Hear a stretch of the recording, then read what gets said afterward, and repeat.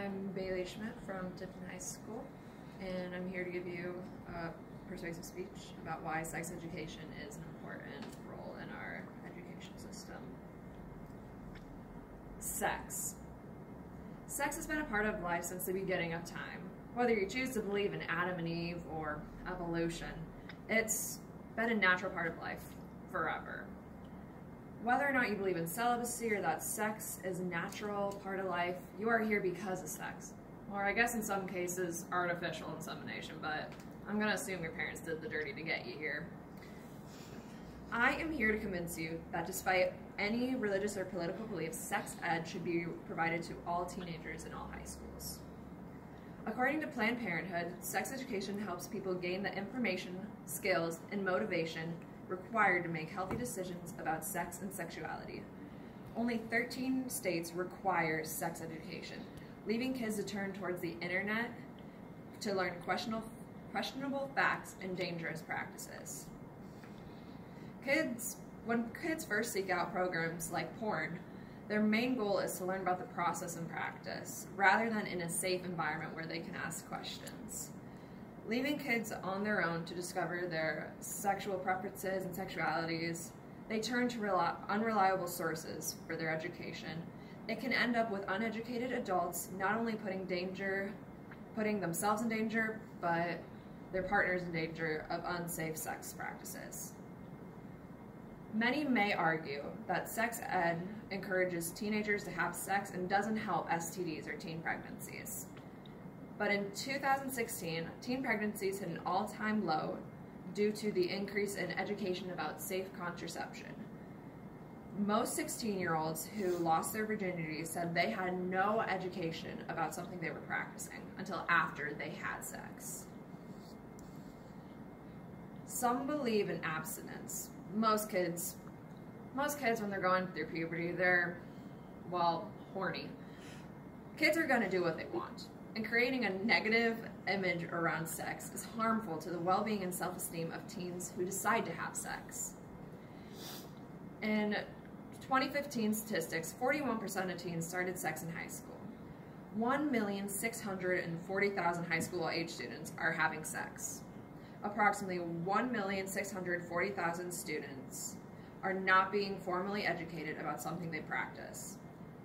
Sex education should be required in all 50 states to include accurate facts, ways to practice safe sex, effective and safe means of contraception, and education of both puberty cycles and urges, and emotions one might have about sex. Doing this, teens will be less ashamed of their urges and hopefully decrease STDs and teen pregnancies. Some may argue celibacy. Parents may say that it's their role to educate their children about this. I don't know about you, but the last thing I'd want to talk about my parents about is sex. It's not even a question. I would not do it.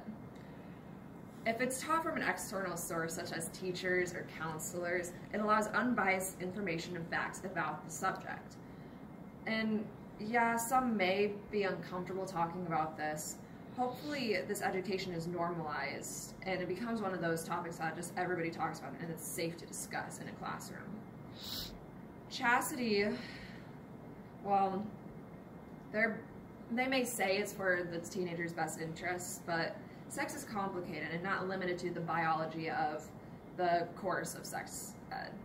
What comes with sex ed, choose to be celibate, doesn't mean no desire, you know?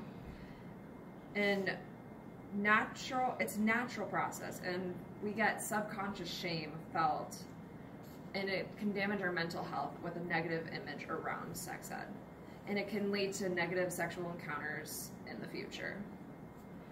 I think some groups that would be willing to help with this is Planned Parenthood, teen advocacy groups, LGBTQ supporters, would be fundamental supporters of this education and would provide correct information. Teachers, a lot of teachers do care about the well-being, and it might be a little uncomfortable, but I think they would take the course if it means they're helping their students be safe, and then they would be able to do with the true and correct info for their students' best interest. Sex education should be required to lead to confident, healthy adults. Teens will become adults that respect boundaries and right to say no. Sex won't cause shame, and it will be talked about openly with all ages. No more embarrassment about urges or uncommon preferences to sex. Safe sex practiced. It will lead to a decrease in STDs and a decrease in teen pregnancies. If we don't put this into effect, it will only get worse. Teens are going to continue having sex. There's no doubt about that. If we continue to make sex a scandalous subject, they're just going to ignore the rules. They're not going to buy condoms or try to get on birth control at risk of getting caught with them, which can lead to a risk of STDs, which some people already do out of fear that somebody will catch them. For mental health, it'll just keep going down and making kids ashamed of natural urges and what they want, even with church beliefs or what they should believe. Porn will continue to be the main source of education, which normalizes unhealthy and unrealistic sex relationships instead around love and safety. But if you just like to have sex, good for you. But most are centered around safety and love.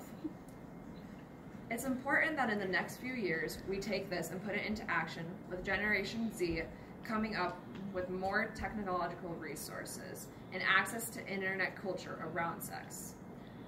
We want to help the next generation in regards to healthy relationships and by putting sex ed into our school systems as a requirement, it will better aid the future and the present.